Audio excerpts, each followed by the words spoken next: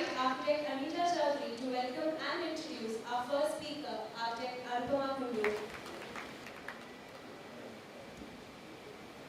Namaste, friends.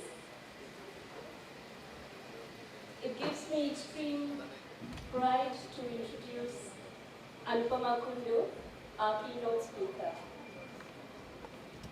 Anupama Kundu's internationally recognized and award-winning architecture practice started in 1990, demonstrating a strong focus on material research and experimentation towards an architecture that has low environmental impact and is appropriate to the social, economic context. Anupama has built extensively in India and has had the experience of working, researching, and teaching in a variety of cultural contexts across the world. TU Berlin, AA School of Architecture London, Parsons New School of Design New York, University of Queensland Brisbane, AUAB Venice, and ETSAB Barcelona. She is currently a professor at UCJC Madrid, where she is a chair of Affordable Habitat. She is also the Sprott visiting critic at Cornell University. Kundu's work extends to urban design and planning projects with her background in rapid urbanization-related development issues, about which she has written extensively. Anupama has taught urban management at the TU Berlin and recently proposed her strategies for a future city for Africa as part of the Milan Triennale 2014. She is the author of Roger Anger Research on Beauty Architecture, 1958 to 2008. This was published in Berlin by Jovis Verlag in 2009. Her latest publication is a book chapter, Rethinking Affordability in Economic and Environmental Terms in the Routledge Group, Inclusive Urbanization, Rethinking Policy, Practice and Research in the Age of Climate Change 2015. Friends, please welcome Anupama Kundu. Thank you. Thanks to all the institutes that are working hard behind organizing such events, because it's really urgent that we start talking about such important issues, and actually not just talking about them, but we're talking about them so that hopefully from the words it will go into acts. And so I would like to say that also my coming here and the relationship that we will continue, I hope we will all support each other to actually create and consciously recreate our environments according to this kind of worries that we all have at the moment. So I think, by the way, is my presentation up? Let's hope it's working. I would just like to already begin to say, see, now it's very difficult for me to introduce the thing, because Jinan said we are not allowed to agree with him, even not to disagree, but also to agree. But without putting it that way, I would like to say that I'm happy to see that we spoke a lot about enlightenment and, even in the prayer and everything, and I think even beauty, even aesthetics, it is related to knowledge. And I think something that is, that we feel that is not going the right way has something to do with the ignorance. And I think it's also important to speak about knowledge, especially in a university campus and among people who, even if they are in the practice, they are also, even though the paradigm has now been shifted correctly from teaching to the idea of learning, I think it's very important to not undervalue knowledge. So I want to say that everything that I have learned is also, even though our schools and universities are falling short, even so, we did learn a lot of things, and that is very much my years spent at JJ have very much to do with what I do today, because the knowledge that was gathered and the even knowing that what we didn't know, that is also part of knowing, to identify the difference between what you know and what you don't know is also part of gathering knowledge and wisdom. And I think I would like to say that all the other conversations we are going to have that are critical about the way our systems work today, I would like to the students not to feel demoralized about all that, because that is part of the discussion, because you have to take, I believe you have to take your learning in your own hands. And there's no institute, even if you go to Harvard, those institutes are not responsible for what we become and who we are.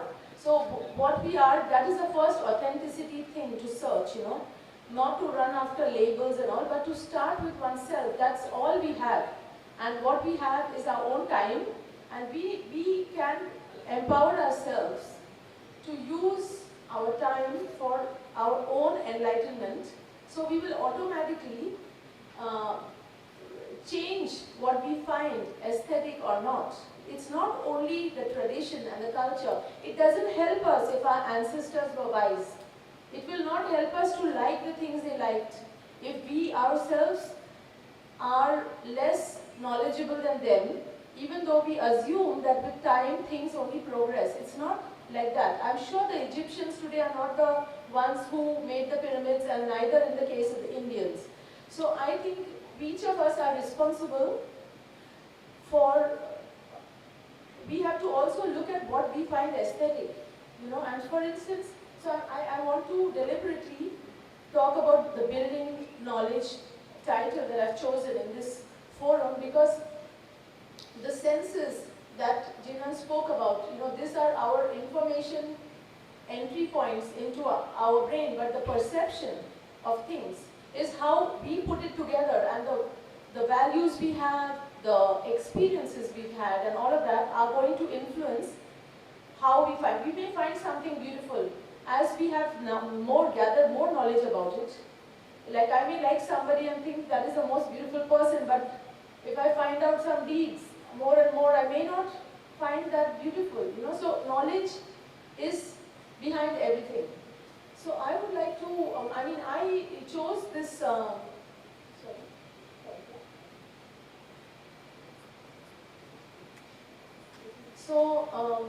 what I thought was, in the beginning when I graduated, and I'm speaking particularly to all of you who are studying, but or being taught or whatever, learning hopefully. I was at that time when I began my practice very immediately after I graduated, quite soon after I graduated. It was a quest for knowledge about buildings. We sensed already then, that was almost 30 years ago, 25 years ago, 27 years ago, all those conditions have only gotten worse, but the things we have detected were the same. The worries were the same. So I was looking for knowledge about how to build appropriately. And that's where I met Jinan almost 30 years ago, when I was in the third year of architecture. And the conversations we had, are all of this is very relevant. So that's what is an example of the learning that takes place. The institution is the umbrella, but we can, if you water an orange tree, you're not going to get apples from it. You're going to get apples. You can give all the nourishment to make the apples healthy and good, but the nourishment happens in the root level. The fruits, we cannot think of the fruit.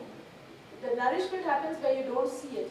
So this title, I use this title because over the years, now I'm also, on the other side, I'm a professor. I'm now looking at the meaning in the same two words. This is again the shift of perspective. Building is the verb.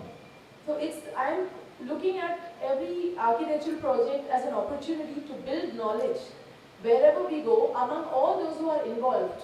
Like the example of Siemens, all those who are involved have to influence the knowledge that is a collective, grows into a collective process, and those are the authentic things. So, building knowledge, it was the title of my recent exhibition at the Venice Biennale, and I will walk you through it a bit while speaking about this theme.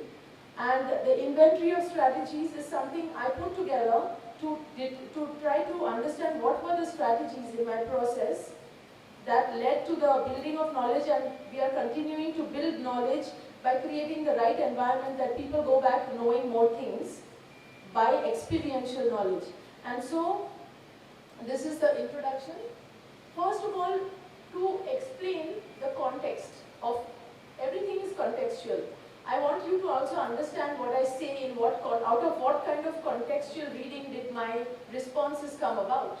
So the first, I think it's fine. Thank you. So what I would like to say, why do we have, is this dark enough for the, maybe we should put it off, you can see.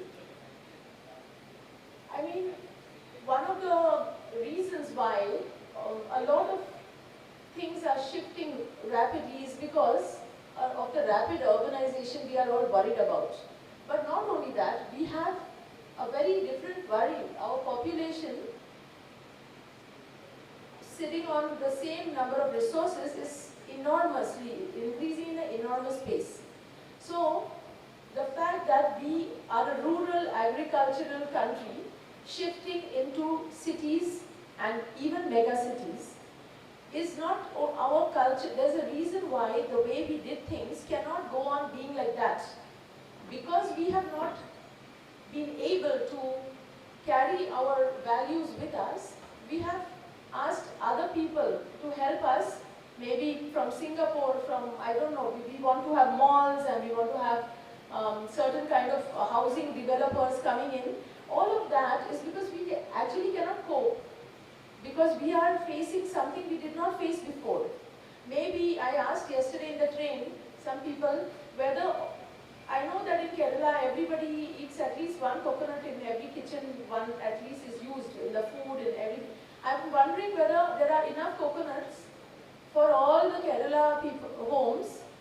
You know, these are things which are not to be taken for granted because of the population. So our context is something. I will just mention one issue per image just to get a sense of where are we today, why our aesthetic has to be, the way we are comfortable is changing, and just to highlight those issues that we cannot anymore afford to be ignorant about. So one is rapidly turning urban from rural all over the country without our mindset changing. See, the physical setting can change easily. You give somebody a new migrant a new home, but the mindset is not going to change for a couple of generations. On the other hand, this population issue is so dramatic. We are 1/6 of the world's population. China is also 1/6. Together we are 1/3. 1/3 of the people on the globe are Indian or Chinese. But in India, we have only 2.4% of the world's land. This is a huge difference.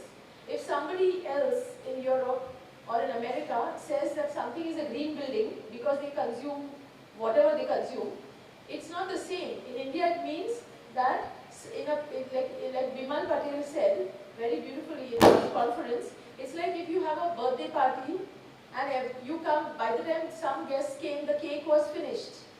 That is the case. Because we have to cut the cake so much thinner. We do not have the same resources. So it's not a question of other people defining, because in our context, if we copy those things, it's not the same thing.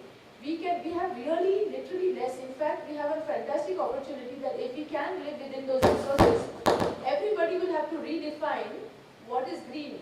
Because if we can live within our resources, we will be way greener than somebody else per capita. So those are the issues. In India, you see the case of Gurgaon. Even if we are promising this kind of, because globalization has imposed another layer on top of all the confusion of our own population and all that. we are promising all this kind of glitzy buildings, and we are saying that 21st century is about how India is doing so well and all that. The reality is that even in those buildings, you see there are pigs. This is a casual shot. In every image I came back from Gurgaon, I saw there were lots of animals roaming around. If you see the bottom part, you think it's a village.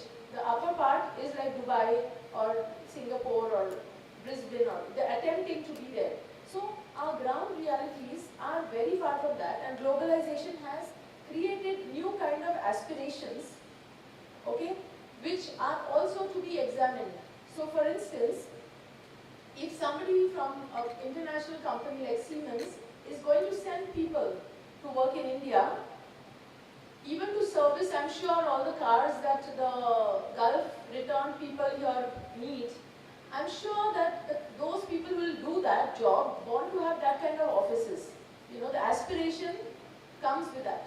So a global standard of centrally air-conditioned building, if you see this image, I like it very much because there is a central skyline which is about the urban form, how it was when we, it's the non-regulation type of thing happening in the highways between Delhi and Haryana in that direction.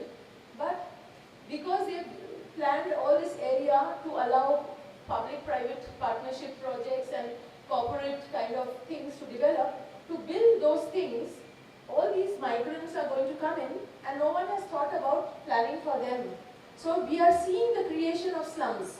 So this kind of urban form that is rapidly changing, which the Bombay, when I left it, there was definitely slums already. But to what extent the higher buildings got higher and the lower got lower, and the number of, there is a clear divide of two cities. Almost the people who are slum dwellers or footpath dwellers are more than the percentage of people in Bombay who live in under a roof. And they are already the minority, actually, and we are still designing. I mean, when I saw the figures of London School of Economics, how many people actually go by foot in Bombay or cycle, it is a huge portion. And we think, no, I'm from Bombay, this is not possible, because we remember jams. If we think like that, that means we belong to the elite. And we have not been walking in the way those people walk to the homes of which they serve. So we are in denial about our social segregation issues and all of that, and that is very worrying as well. So you cannot create beauty in one place and actively create ugliness in the neighborhood. That is also something to be looked at. Then the other concern of the materiality of architecture. You know, architecture is centered, like they say, the function of the pot lies in its nothingness. So what we didn't build is the part that is useful for architecture, it's the void. Like here we are occupying this, it could have been made in any material. But often, if any material is a bad industrial, I say bad to, you know what I mean, to come quick to the point, if that the production of certain materials are going to cause such negative impacts, it doesn't mean we cannot build this. There are many ways to build this. So materiality of architecture is another important thing to look at, because the void is the important part for us. Let us not be attached to those materials and feel that we have to go that way and we have to use what is in material catalogs and all of that. Reason being, all the wealth of knowledge that we had, like our cuisine is different, our building technologies are different, we've thrown the baby with the bathwater, you know, when one or the other thing is not available. If the roofing, you know, we may not have the wood anymore to put up those Mangalore tiles, but we don't, because of that we throw all the other elements which we still had as well. So this is an area, that's an issue. And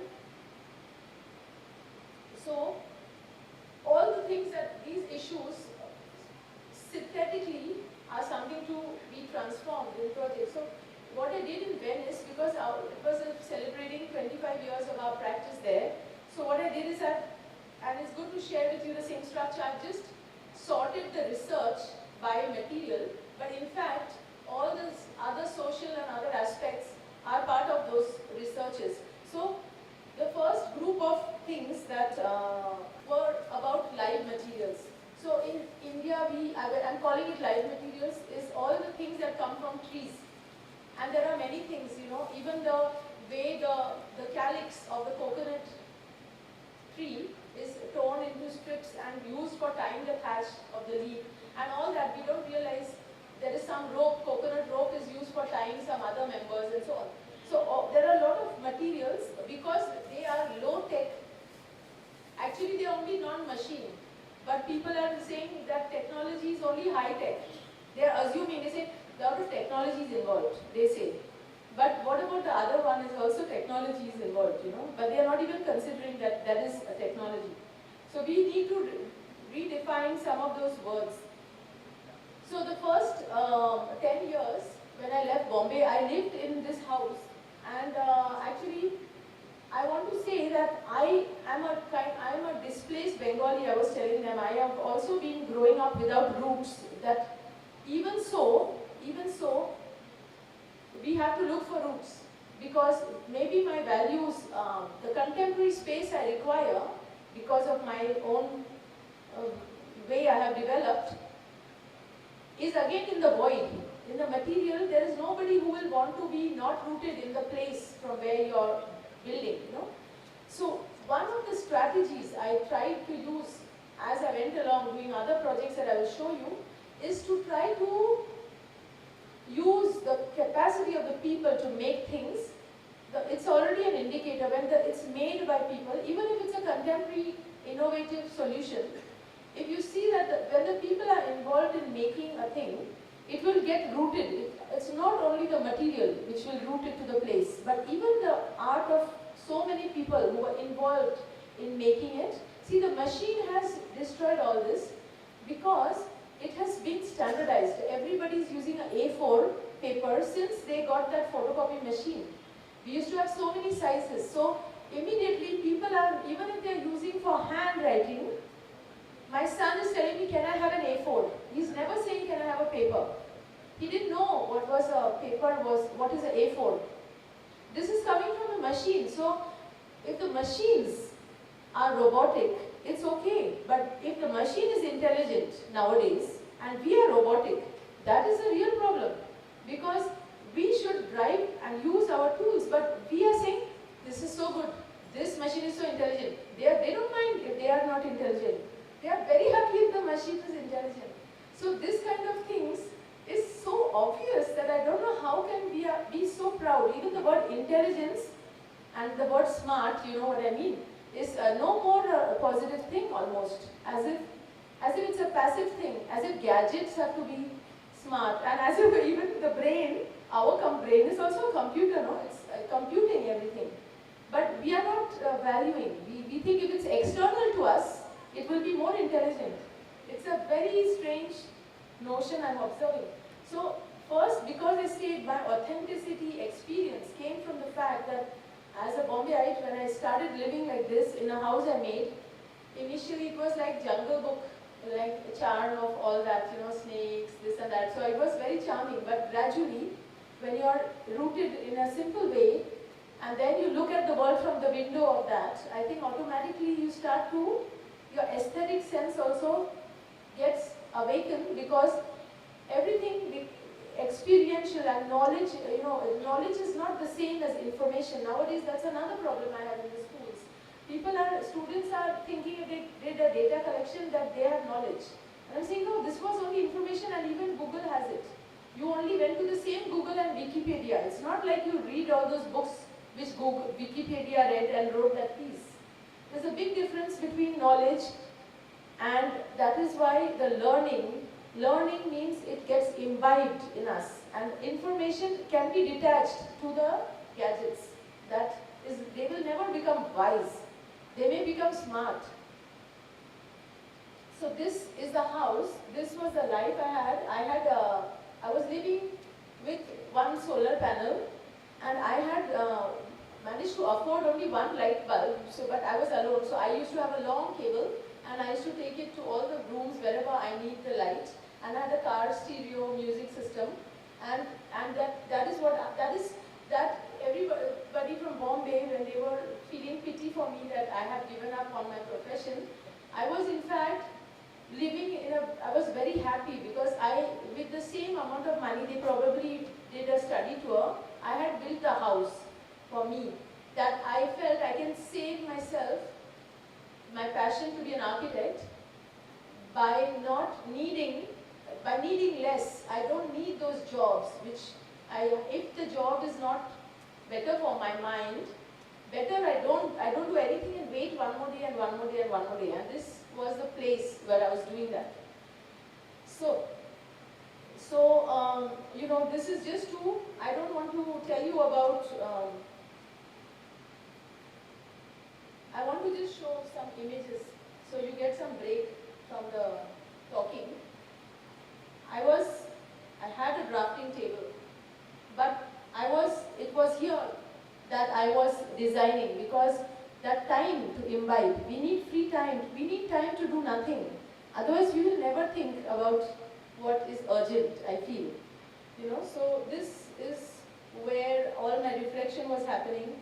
And later I had the funds to build another house, but I in fact got addicted to this, and I was surprised that for 10 years it was still fine. I had not treated the wood, and I found out by living how long it takes for I did it with casuarina wood, which we use for scaffolding. Actually, not only me, most of the people in this country live in this temporary way. But the temporary, I found, was much longer than we think. And there's another wood called pakamaram. It's like a bamboo, but it's a kind of palm actually, with which the roof. So there are a lot of things I learned in the building of it, and the fact that you cannot draw anymore if you use round wood rather than timber. You cannot anymore draw with a ruler, because when you try to erect that piece, you don't know where you are supposed to measure, because nothing is straight. And that is a very, very good thing, because it makes you learn how to draw everything again, and not to habitually make dimension line and keep on measuring, habitually doing everything. You have to know where you need to be aligned, where you need. So the good thing behind this method, much later I did when I brought the AA students to India, it was because they were doing some tri-autos round. I wanted them to learn about round wood structures, because if we find technologies, and that's where we should, if the machine's intelligence is taken on us, and we use those machines well, which we ourselves have developed, then what will happen is we will be able to know where we have to research. For instance, if we find ways to build much bigger spans with round wood things, we can actually grow those trees, because this can be harvested in 3 years, this thickness. Whereas if I would get the same round cross section in a timber which is cut, the wood has to be 25 years old. So but we have the association that this is a hut, this is a poor man's thing. So all of that is making us not do research in that direction. So when we want to do research in technology, we mean it should be high tech, But in fact, the high tech one is easy to calculate with a computer. If you do actual compressive structures and all, that's where you need knowledge. If you build with mud, you need knowledge, because the mud will change every few kilometers, but the cement bag won't.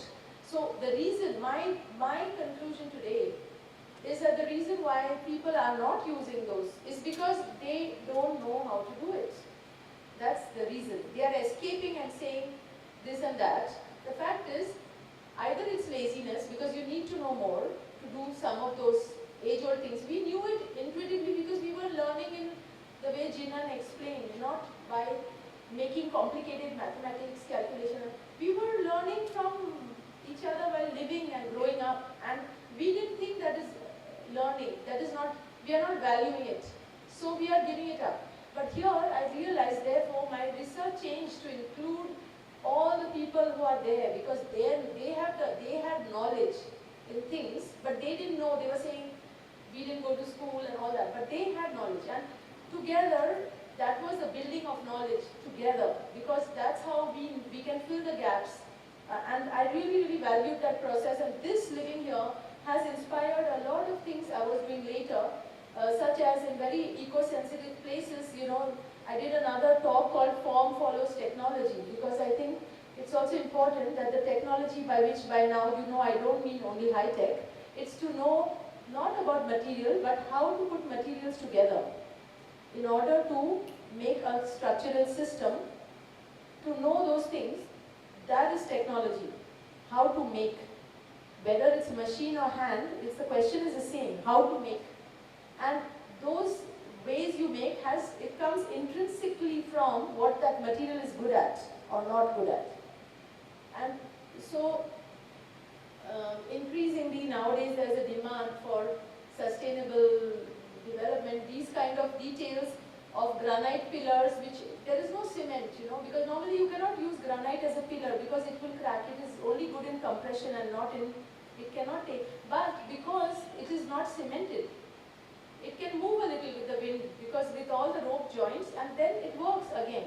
But these are also things that while making, we have to think. We just feel it's enough if the engineer thinks for us because we are an architect, or we think that the doctor is responsible if we are sick, and all this kind of notions. And I think we have to realize that even if the engineer is thinking, that doesn't mean we have to stop thinking. Because it's not a difficult, for them it's a difficult subject because they used to hate maybe engineering in school because of the subject. So actually it's very interesting if you don't call the subject names, and I think we have to go in that way of teaching gradually, because the amount we realized, then these are the students of the AA, I gave them a topic. I brought them here because they have a design studio where they have to, it was located in a place where Fry Auto had also built some things, and they tend to mystify things because it's Fry Auto, now we can't do anything because it's like a master, So only by knowledge you can demystify, and you know what is good in the Fry Auto thing and where you can go forward because you are born much later and you can take it further.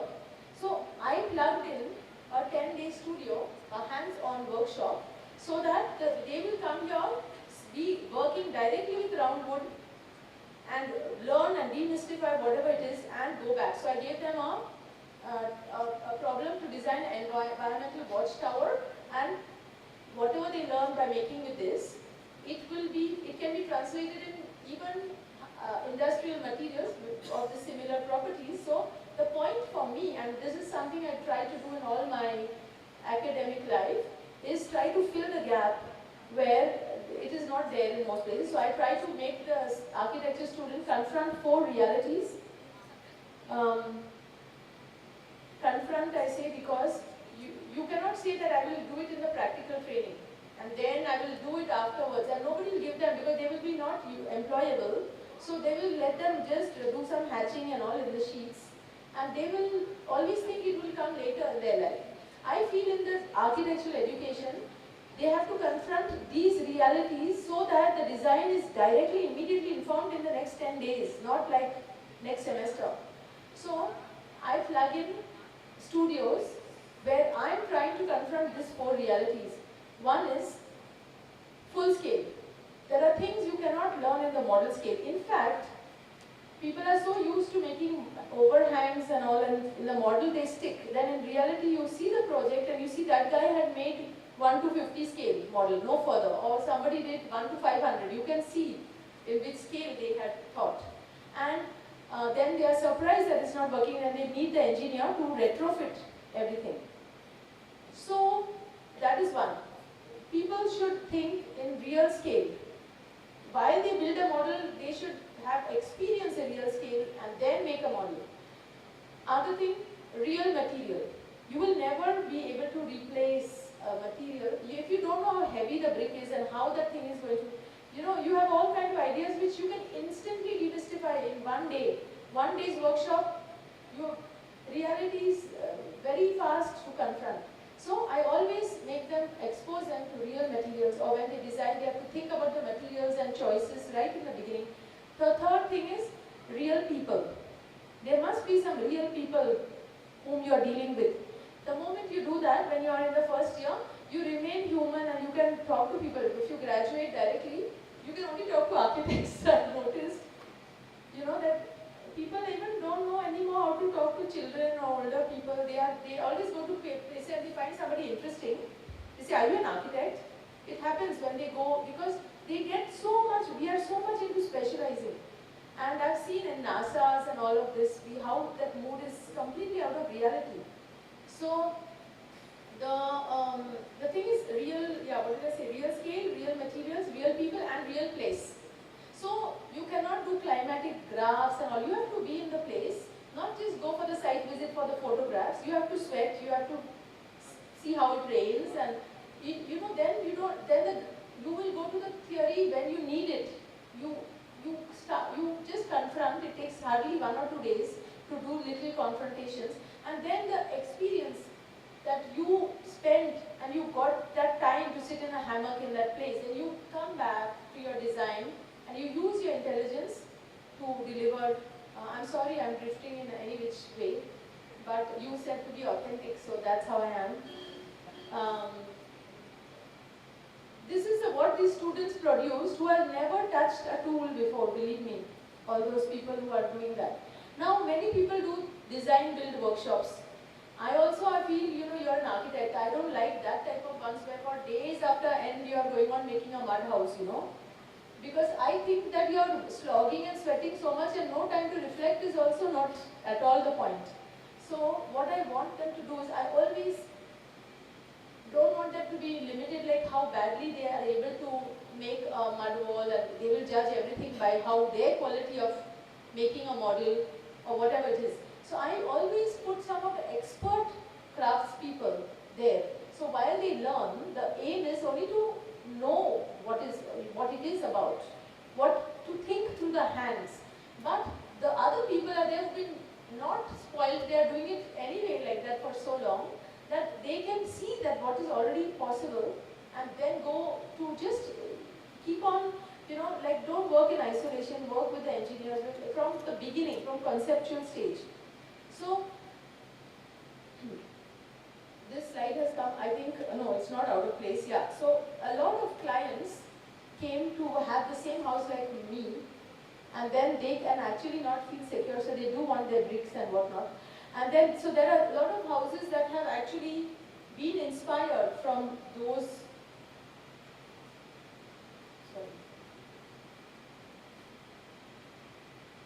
there are hybrid, but people want, but it's still interesting that people value it. These are all contemporary people who have been living in this kind of houses, And then also we realized that for nearly nothing we had to take materials from outside in rural areas. So when you order a ceramic tile for the bathroom, immediately there will be the first truck who has to come to your area, and they'll ask for a hard road because the truck is not able to come for the brick, and they will get stuck in the rains. And then somebody will make any road, and believe me, I'm very afraid of this in India, because tomorrow that will be the highway. Because the wire will go from there, they'll go, nobody plans anything. So, if you take a truck, you have to be very responsible, because that will be the shape of a future road. Because if you took a telephone line in some random way, some neighbor will plug from there, and then they will keep digging, then slowly it has in our region, those things have become roads. So, I mean, that is also something important. So, I started avoiding those trucks coming, unless it is really important. And then I had to find materials with the old traditional ways of putting pigments and cements and all that. So, these are kind of same technologies, the innovations and the design is very invisible actually. Because all those various things, many pieces of wood are replaced by wire, GI wire that is shaping it. So I think we have today, in today's time, have to negotiate between how much high-tech and low-tech to go for every project, what makes sense, how many people have to be employed, how many machines have to be employed for according to the context of environment and socio-economic realities in the project. And so those kind of decisions, those are the kind of issues in that group. And then the other thing was all of the things with earth. So here, brick making, according to, for us, it's a traditional thing. It's into the cycle of agriculture, and when the silt collects, and when all over India if you travel, you see brick kilns. However, according to the industrialized world who are doing green rating systems and all, they keep on saying that it is a high energy material, and it is. But actually it's only the factory bricks of those Hoffman kiln and all that who are using directly coal. Now what we are doing, our people, even in very humid areas, they are saying don't use brick, use a cement stabilized earth block, because this brick is not green. So we are not thinking for ourselves. Has anyone measured the quality of energy you are burning? It is leaves and all of that. So in all those Western standards, they only measure the quantity. Now even if I cycle myself and produce it, it will be some kilojoules. You know, they are not checking those things. So I really feel there are so many areas to think from the beginning. I revisited this whole thing because I realized how deeply connected brick making is to the landscape and territorial issues. You know, for instance, these casuarina, young thinnings have to be cut from those plantations when they are thin so that the stronger ones can grow, and that fits into the cycle of all the kilns that have to be fired and all of that. And in one go you can displace all that if you don't use the local brick. Actually after Louis Kahn came, we are all chasing the wire cut brick. Wherever there's a wire cut brick, people are very, very impressed. And the thing is, it's those bricks actually, one day in the hammock I realized that the good bricks are the bad bricks and the bad bricks are the good bricks. So I started to study all these things and I realized that, okay, we cannot go, and Lottie Baker actually helped us to show us this, that he had already shown how the aesthetics of the building has nothing to do with whether it is cut with a wire or table molded or all that. It is the way he composed. And so very much inspired by all this kind of work, but gathering more knowledge about how many things are affected when we come from a college and we do the specification which we see everybody's writing on their sheets. We are using those specification data, we know those like a mantra, we are repeating, and we cannot think from scratch what is immediately around us. And I found out how it is really good to continue with some of this, and if the strength is almost half, that's fine. We design the walls, maybe we need thicker walls for the same number of floors, but even the thicker walls are good because then the house is cooler and all of that. So what is the big hurry to try to go for a thinner wall, you know, and use a wire cut brick? So let us think for ourselves where we do which one, where is the wire cut, where is this. But similarly, even lime, these are ancient lime kilns, and when you look at these landscapes, all of this were within my bullock cart radius, so to say. There were 9 sizes of bricks being made. They had names like Achikal, Gendikal and all that. And there are these people, at least the next generation, maybe they'll go to school and college. But if you just buy Portland cement, overnight what will they do next, you know? So we have to think of the social transitions, and I think architects make a lot of decisions that they do not know the implications of. And I think we need to expose them to those implications at the university level. So this question of high tech and low tech, it again, I also like design when it's invisible. I don't think design has to be shown off, like in a poster or because if it's a good design, it serves a purpose. You don't have to show that we did have a design. We don't have to see that. If the utility is going well, means it was designed well. So here, for instance, we have designed the thickness of the line by adding some cement, in this case 5 to 10%, so that the initial setting strength, which doesn't allow lime to be used, because after 2-3 days you come, you can still take the brick off. It takes a lot of time to set, and people don't have time. So we can redesign those areas, and they are also redesigned. And we need to make the next modern step, not this or that way. So this is my own house that was again built. I'm showing my own journey so that, you know, through this can be understood what are my thoughts and where ideas originate. See, as I said, I am a displaced Bengali, you know. I have grown up with, I am influenced by Bauhaus and all those other things that even in NID, whatever, you know, modern, you know, so I am influenced by a lot of those things along with my experience. but I think the materiality and the fact that it was made by the people from that place, it has an incredible power to anchor things and feel that it belongs in that place, you know. I don't need to reproduce sloping roofs when the wood is not there, you know, and I don't need to make a concrete roof and stick the tiles on it so that at least from outside it looks.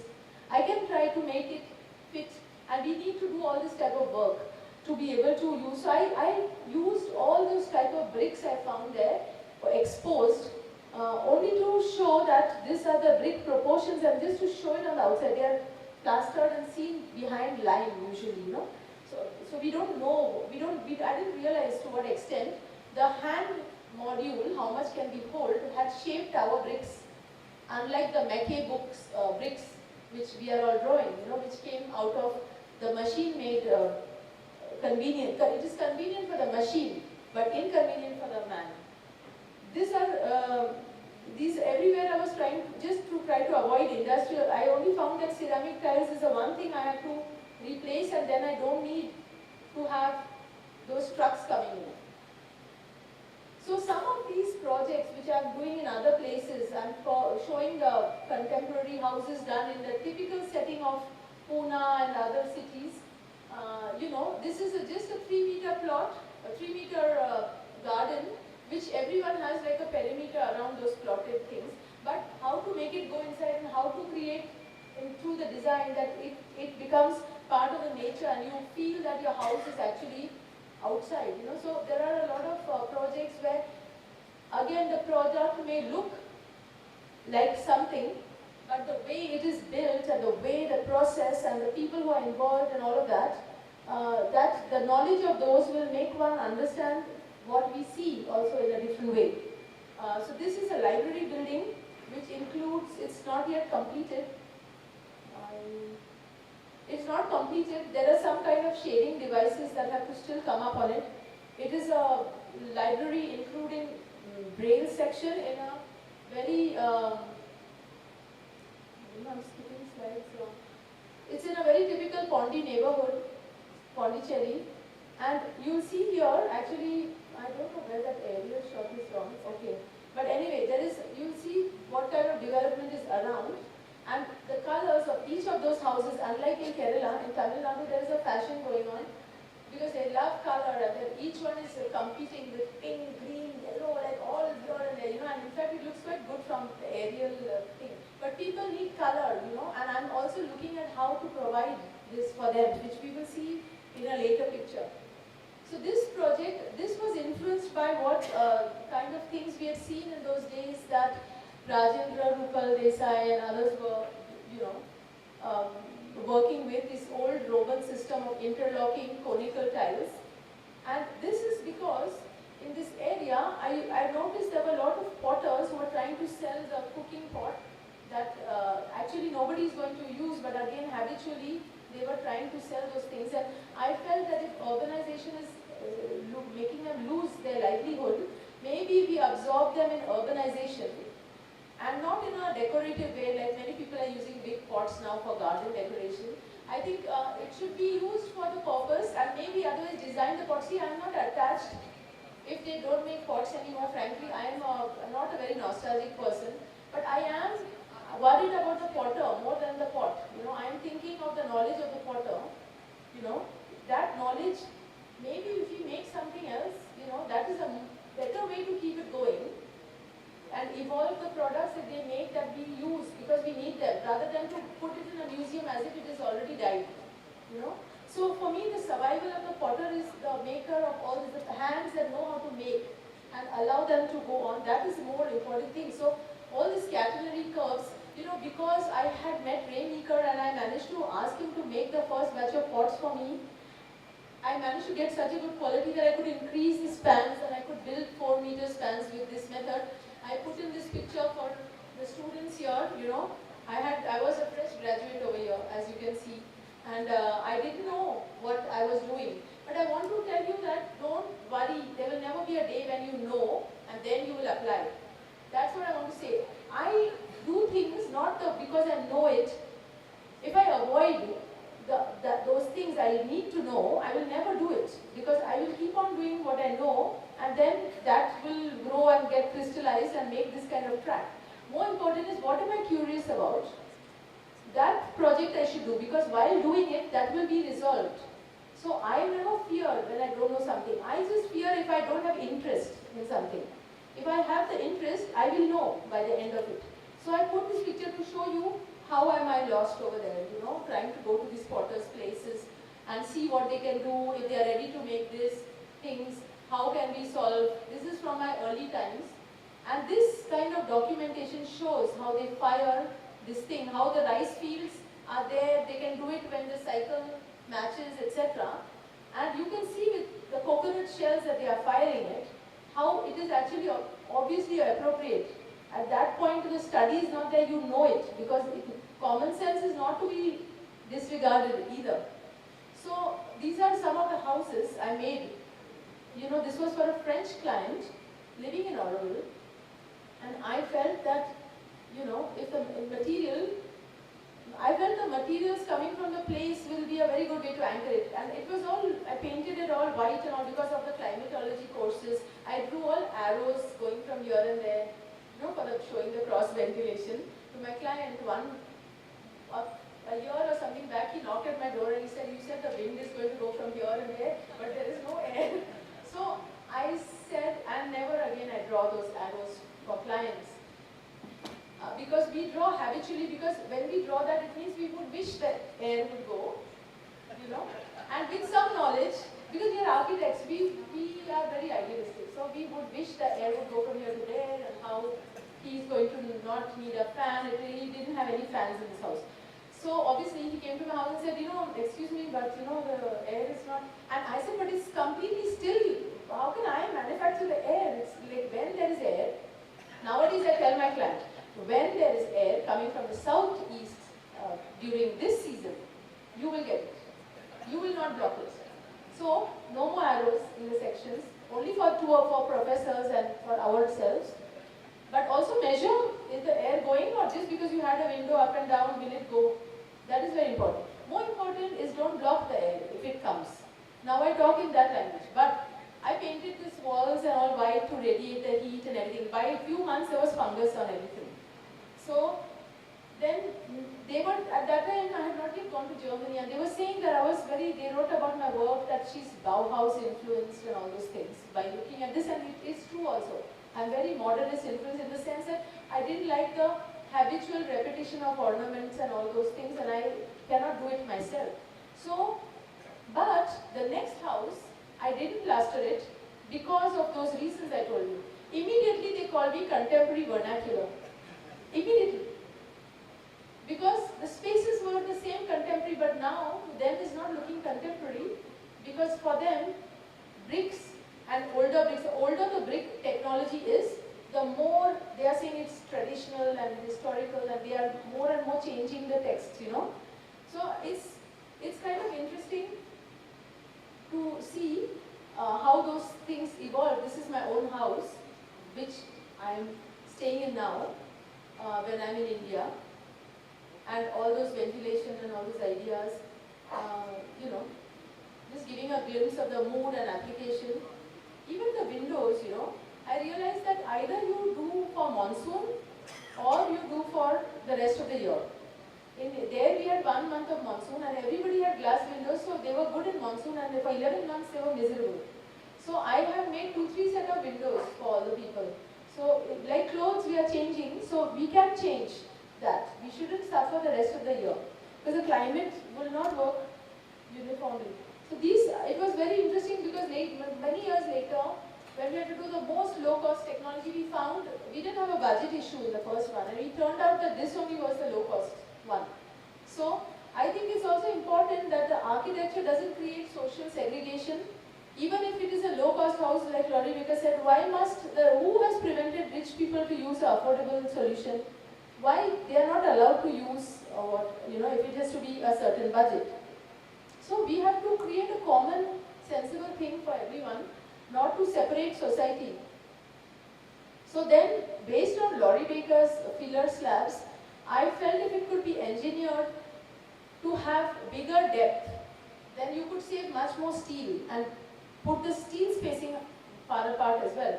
So I in fact came back to the original pots that they were trying to sell many years later, and I started using them for filler slabs using very little steel. This was a test run, but it's actually saving 40-50% of steel, which is a lot. Because instead of every 10 centimeter, it's 45 centimeters away, the steel bar. And the depth is more, so the engineering is around that. As the span gets bigger, you save more. So this is another thing in between where you need to span, that bolt doesn't allow you to use the terrace, but this kind of technologies are for getting insulation, but allowing this jack arch system, because now we have to have high speed assemblies. This can construct roofs very fast.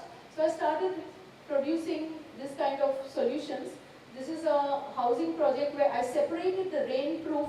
We are using the same chajja for rain and sun and everything, and it doesn't work. You have to for cross ventilation. These holes that you have there are important to create a draft.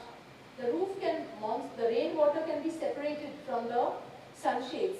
So then you can get a more effective solution. So these are some of the spaces. This is rammed earth used with a little bit of cement, because then you don't, in the monsoon area you can, 5% of cement is less than what you would use if you did a brick wall, and so on. So these are housing projects where this kind of technologies were involved, and these are some very low cost houses. This was 1.5 lakh each, or some very, very low cost solutions. But here I want to, I'm sorry I'm not doing the slides peacefully because I'm not getting the rhythm. This is something again developed with the work of Ray Meeker. So he is a Californian potter settled in Pondicherry, and he had made those high quality pots, and he had taught the people how to improve with the same low quality of earth, and not low, actually why these bricks give less strength is because the clay is not the optimum clay making a quarry somewhere. Your clay has that property, it cannot go better. Same with the fuel they used. So based on that you get that quality, but with the knowledge of Ray Meeker, they could push it with the same material and improve the strength as much as possible. And now, but his own technological research that he had done is the idea of cooking mud houses in situ. He took mud houses and he was trying to cook them so that you don't even need the cement. The idea was that brick kilns actually require about 40% of the heat that you are generating inside is going on heating the wall itself, because it will absorb, the kiln absorbs, but that is already fired, or it's wasting 40% of the 980 degrees you need to generate inside. So his idea was based on Nadir Khalidi's concept, which I don't think he managed to fire completely. Ray Meeker managed over many, many years to completely do this, solve this, because even to cook a big pot is hard. But his idea was, you use the house as a kiln, cook it, and when you finish, you sell the bricks and products, and the wall will be cooked by itself, and that is the house. So you get for the material, for the price of a mud house, you are getting the stability of a brick house. And then, because it's all one material, the wall, dome, roof, everything is without cement. It's a brick, monolithic mud brick from the site. And the only thing you pay for is labor and the fuel. And the fuel can be actually attributed to the products, because they would cook it in any kiln. It was a very, very clever thought, I thought, and I did a lot of work in this direction, did a few houses. I did my PhD also, looking at the impact of what happens if the fire is brought to the site, as opposed to all those materials going back and forth with a truck just for firing in an industrial way. So, because everybody knows how to make bricks locally in every region where it is, maybe those people could actually self-build if the knowledge would be given. And that's why I think knowledge is a very key word for me, because in their aesthetic and at their comfort level, the part which is known by others can be introduced, not the other way around. So this is Ray Meeker's own work, where he was producing, and if you look at it, how much goes in architecture: ceramic, wash basin, toilet pan, gutter, tiles, glazing, everything. I mean, there's so much ceramic you can do with ceramic. I did this orphanage where you see a lot of students here because they are always coming as they are included in my research. See, another thing in teaching is I don't have any feeling to defend myself as a teacher. I don't want to feel like when I know this, I'll teach it to my student. Because I again agree with Jinan that for me it's about learning and not teaching. So I think that whatever I already know, I do in my practice. The part I need to learn, I bring it to the academia so that we can inquire together with the students. Then, of course, if they know this part where we are struggling, then the one which is already known will come in automatically in the discussions. So, in this case, we are stacking those bricks. And these are the students who are, and this structure is cooking for 3-4 days. And then it cools. Actually, much bigger houses have been done with this, and this was small mostly due to the workshop constraints.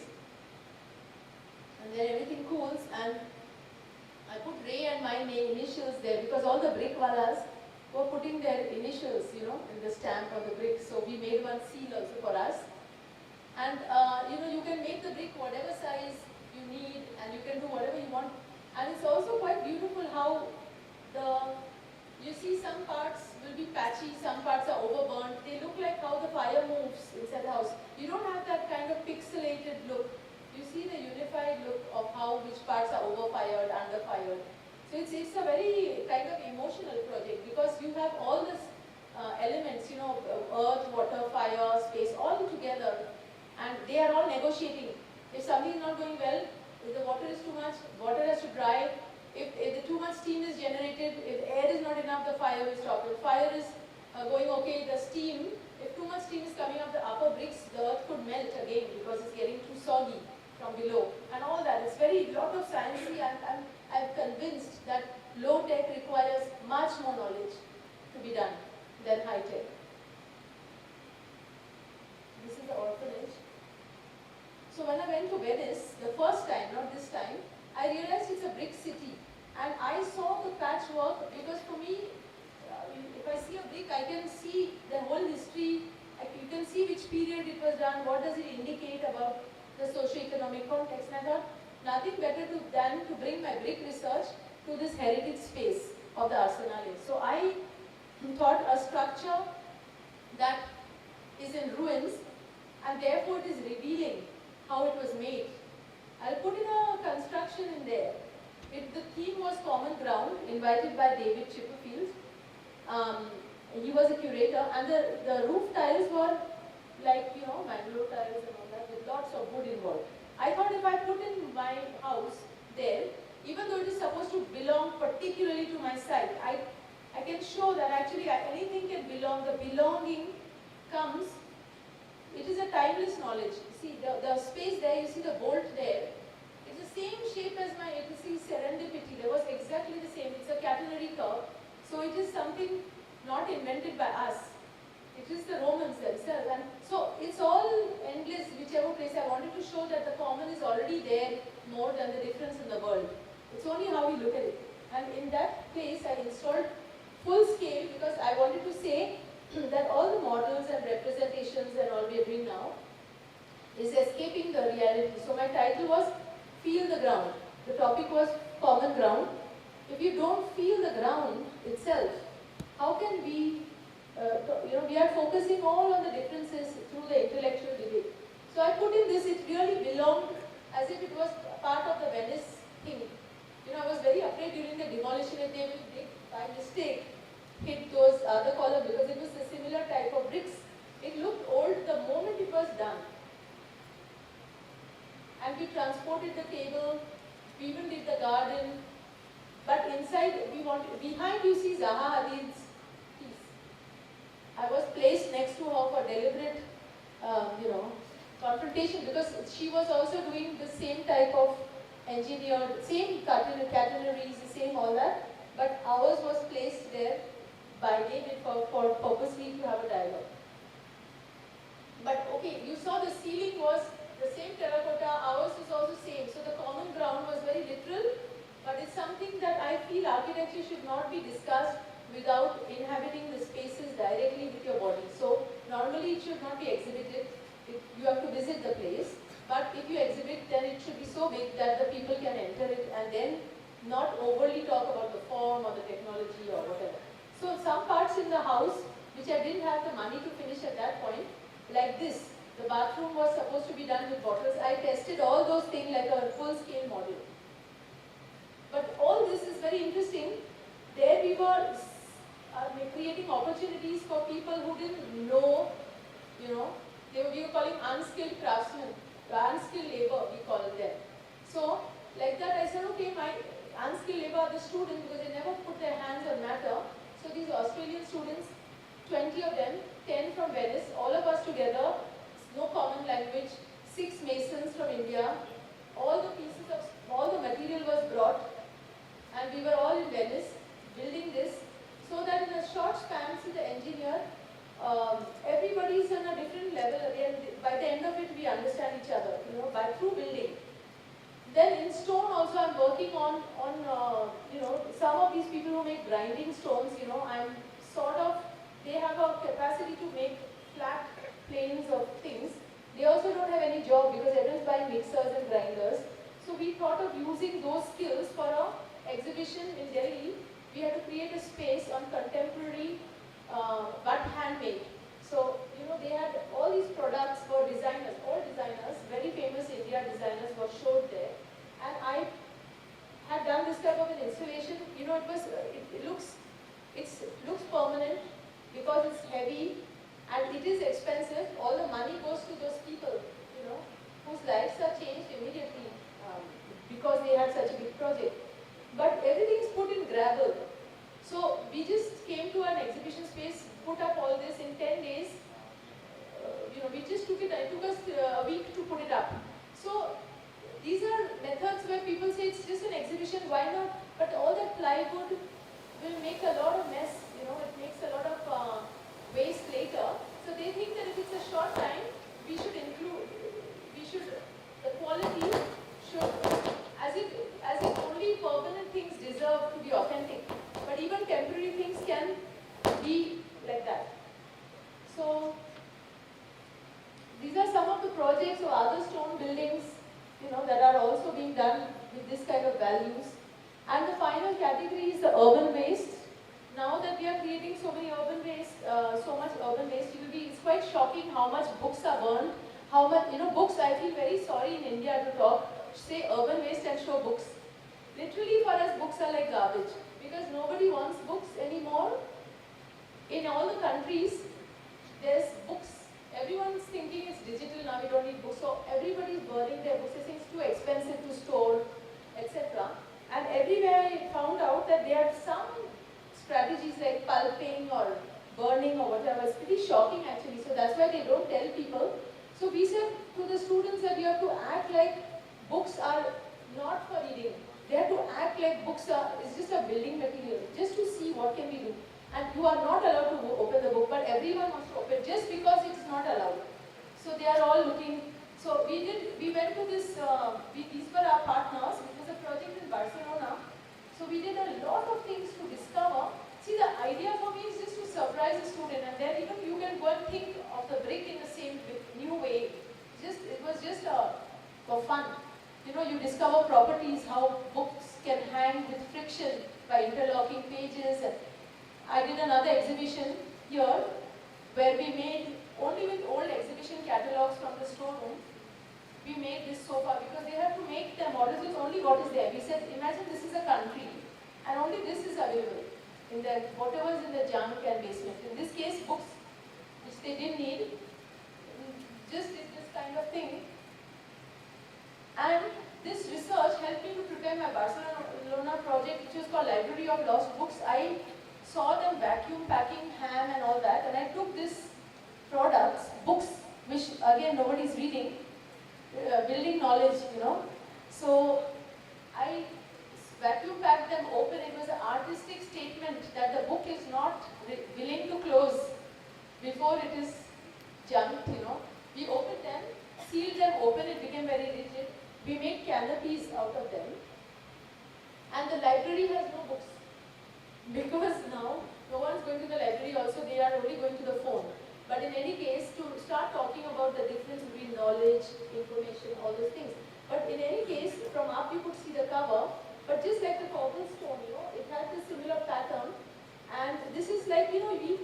trees to make books, and now let us make, you're not using it, okay, let's make the trees back. So we took those things, and it was just an installation, and practically we were creating shade and air. It takes years to grow a tree, so this is one of the things which we did with urban waste. And in fact, the people were coming to read and sit there, but having no books and saying this is a library is quite a provocation. So then the next one, in Mexico, we used cartons. We filled them with water again and brick, because it's a very complex material. People are recycling it by pressing it and using chemicals and making boards. But we don't need to use more chemicals to make a bad thing good. So I said the best thing is that it's already waterproof and all. Let's use it, fill it back with water and make bricks with which you can make walls, or fill with sand. So we did this kind of things. Now, this is just an installation, but a student learns the same thing whether he learns with the weight of a brick or a tetra brick again, So these are just, this is another installation, so that by the end of, you see Pravar over here, Ankit and Pravar and all had come to join from this school, and they were doing all these things with us. So these are the water bottle they will distribute later in the Hay Festival, because it was climate change, importance of clean water reaching the people. So by the end of the installation, the water is distributed and it's gone. The learning has happened before. Instead of why serve it boringly, students can build all these things just for learning. And the water level is in every bottle, that was also good. So, there's a lot of potential even to source materials from the residential sector. Sometimes it's cheaper than the industrial sector. Now my next workshop in February in Ahmedabad is about using denim waste from factories, and we are doing a thing about tensile structures. The last thing I want to show is my ferrocement research. Ferrocement, unlike concrete, uses very thin chicken mesh to be able to I think you can get a lot more square meters for the same material expenditure, because the strength comes from how much you fold the form. So architects could find it quite challenging to design the form for strength, rather than just putting bigger and bigger beams as the span increases. You just have to fold it more and more and design those folds. Again, very complicated to construct. This is what ferrocement is. I'm trying to work with origami crease patterns so that we can arrive at structures which are so thin. These are shelters, but even to as scaffolding, the form work is very expensive normally. So I'm doing a study on forms and form work. The form work itself is recycled carton, which you can take like that, hopefully to a disaster relief site or something, open it up, put the chicken mesh, and plaster it from two sides. So this is my current kind of structures I'm researching for affordability. And the prefab version of ferrocement application is like large-scale Lego blocks in which you can put your store your things. Because if you have a very tiny house, the proportional storage space is a lot, and it's better to plan it. And the thickness of the storage can insulate the wall of your things itself are the insulation. And I'm producing this rather than a factory in the homes of masons. You can see how I was talking about the use of color. So that they can have additional employment, so they don't have to go in a factory. At home they can make 1 or 2 blocks whenever the molds are built in their place. So this is a social sustainability strategy.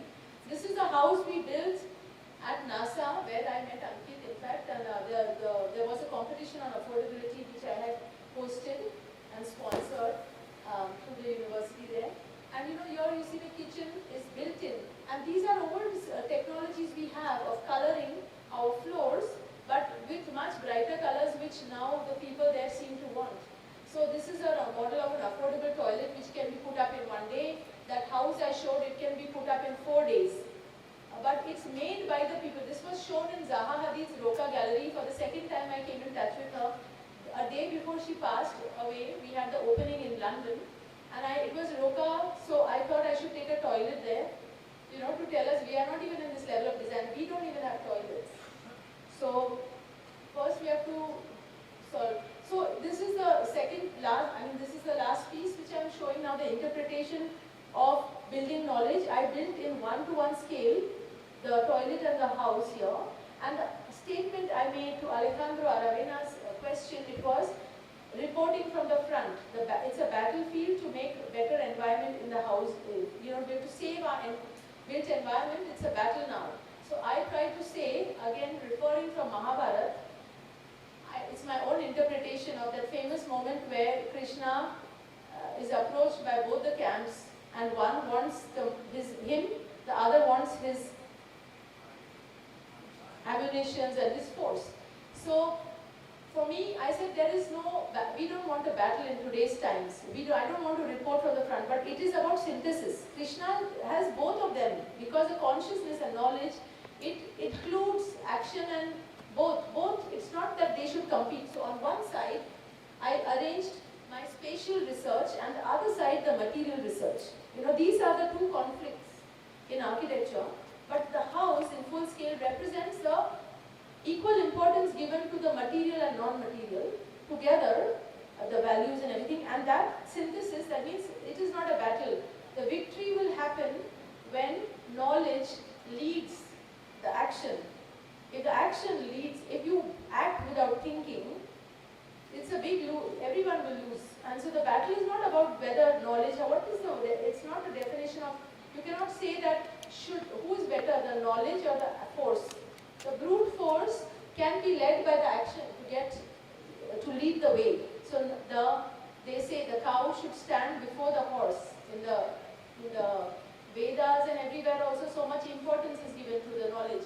But in our times, it's very important that this knowledge is not only mental, it's experienced in the body, integrated and applied, the two sides equally leading to this.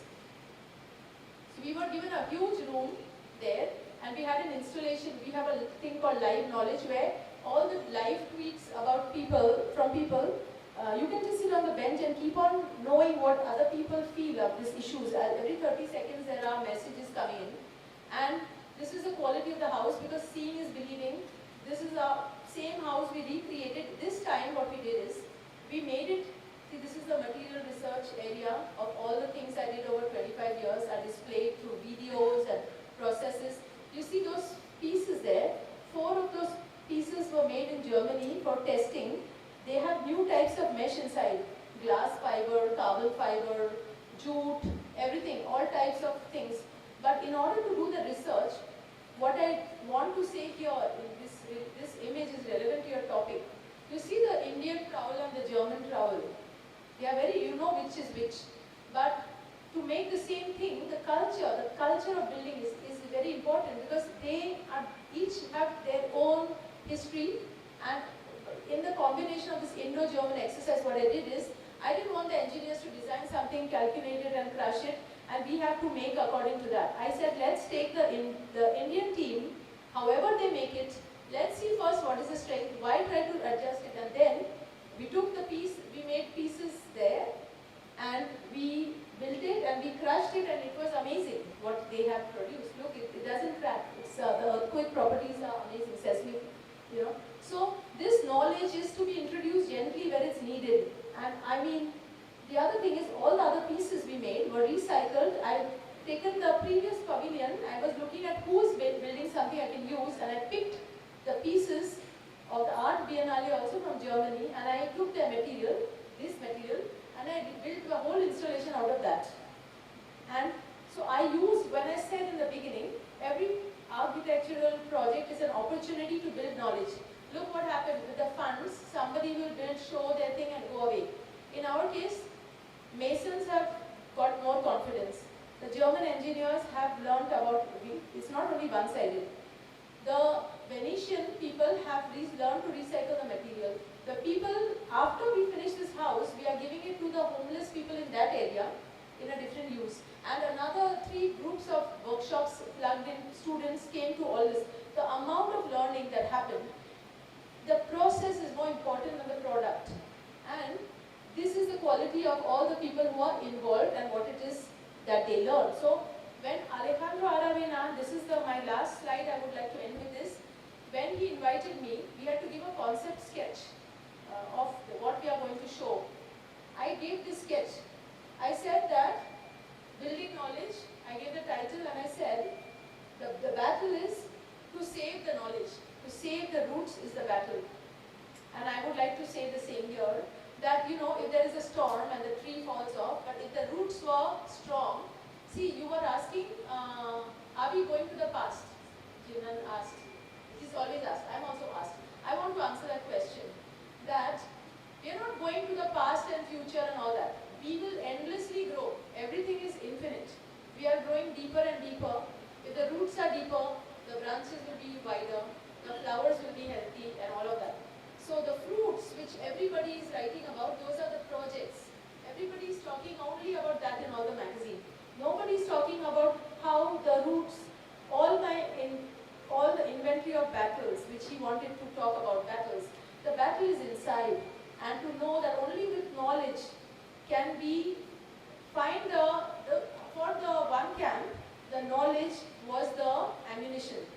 The other camp, the ammunition was the knowledge of how to use the ammunition.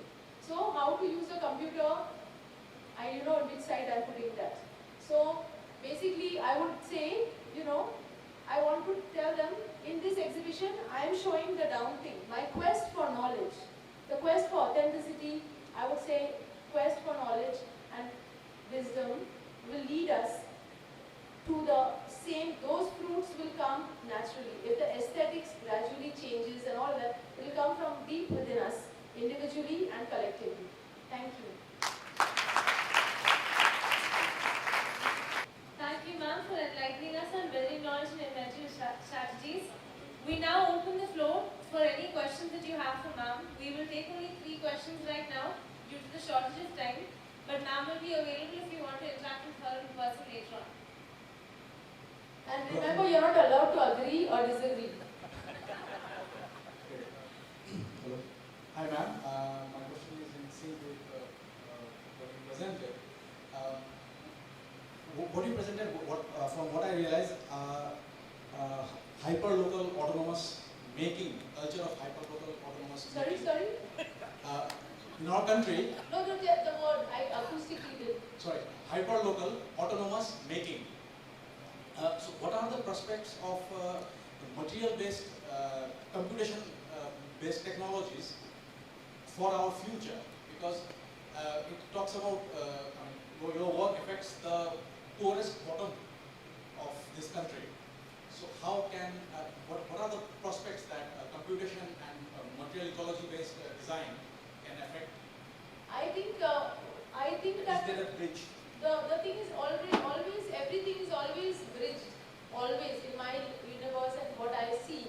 The problem is some people are trying to, they do a course on some computation and then they want to impose that what they studied in a place if it's even not required. And sometimes because they paid a lot for the degree, then someone else who's earning less will be assumed that he knows less. And the problem is in this thing. The computational knowledge is a neutral thing. There is nothing to like or dislike.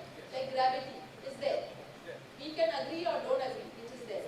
It's like, death. You can talk. It is existing. We have to face it. So, I think like that is just a mere thing. It exists and it also actually coexists. But the thing that makes us have this conflict in our mind is when we are feeling that I'm not getting a chance to apply that thing which I went and learned.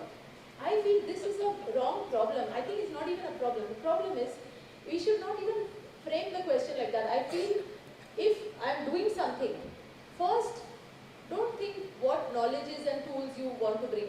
Because before you study, you value yourself more than only that knowledge also that you have, first of all. And see deeply what is needed to improve that. And very often it is that things are not needed, which were the problem. But having said that, if I'm given an iPhone or if I have a computer, I will not use it to bridge the part I don't know. Oh, here is the software, I don't know how to calculate this. No, that's the wrong use of the tool. The tool, you cannot avoid the first basic principles. Then those who know that, they will know automatically when to use a tool. Now, if it is something repetitive, like if if I have to calculate something very, very repetitive, like washing machine, that's a very good use. Why should one person do this, okay, if he has something more important to do for the society? Then it's great that they have a washing machine. If they don't have anything to do, then it will become an artificial thing to have the washing machine, because they have to buy a washing machine when they actually have the time. I'm working now on an exhibition. I'm talking about time as an invisible resource, because actually when we have thought ever since time has been detected, like we're repeating time is money, time is money.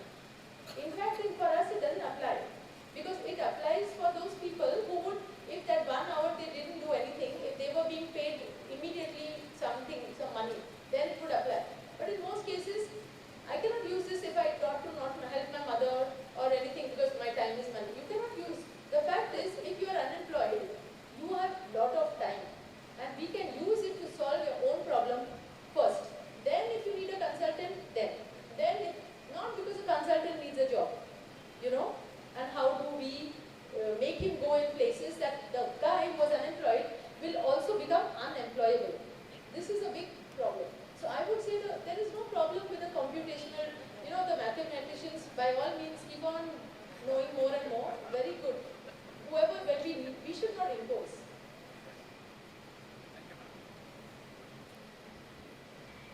By the way, unfortunately, a lot of software do not know, like a catenary curve, if people have not yet known how to program it, our people are not using it because the software did. So why, if a machine had limitation, why I should inherit the limitation?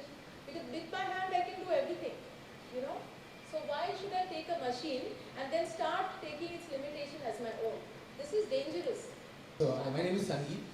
Just adding on to that same discussion, you showed us that image of the house where you used the non-uniform elements, like the non-uniform wooden members as the pillars, and a computer cannot handle that, for that matter. It's very difficult to handle such thing.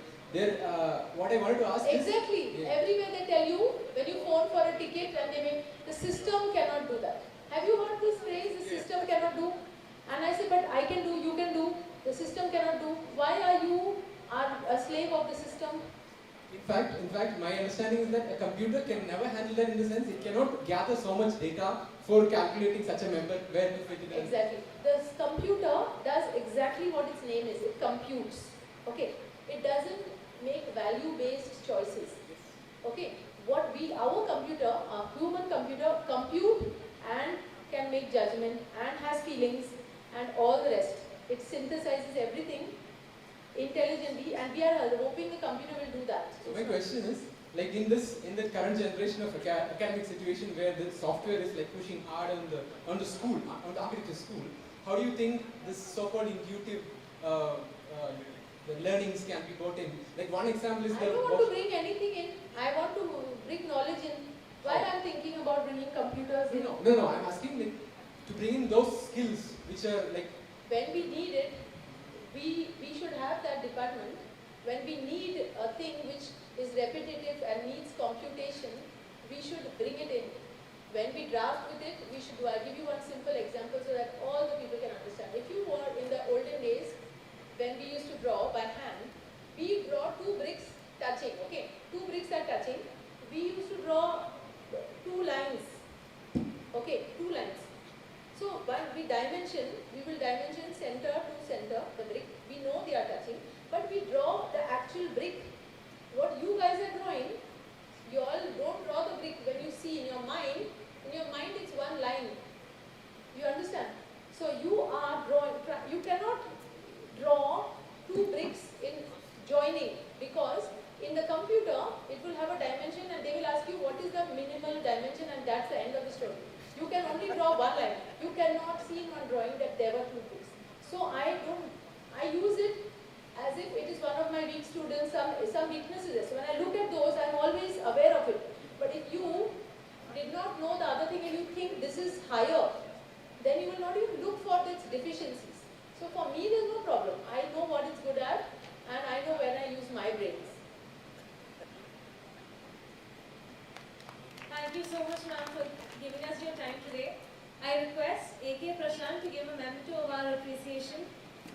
Sorry, Architect A.K. Prashant to give a memento of our gratitude to Anupama.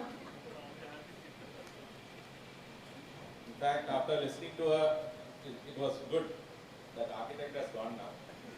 As the architect, what?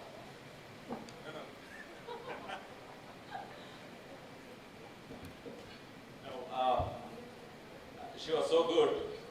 I prefer just the name. The architect in me is gone. So, I would phrase this entire talk as innocence at its playful best. I think whatever she was trying to talk, the logical side you forget. She is a fabulous, intuitive person. The child in her, I think whatever the questions I think I would have ducked or fainted. It's innocence, you know, this is what Karima is aiming, and she is the epitome of what we are aiming for.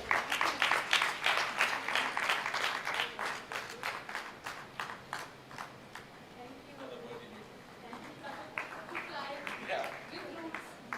One last point to Jinan. You know, even if you are rootless, like we are all migrants, we are all rootless. Even so, if we don't have roots, we cannot fly also. So we have to find roots. I've put a lot of, I will ask you all when I meet you all next, at least to the students. Thank you, ma'am. Thank you, Prashant, for giving away the memento as a token of appreciation from Thanema team.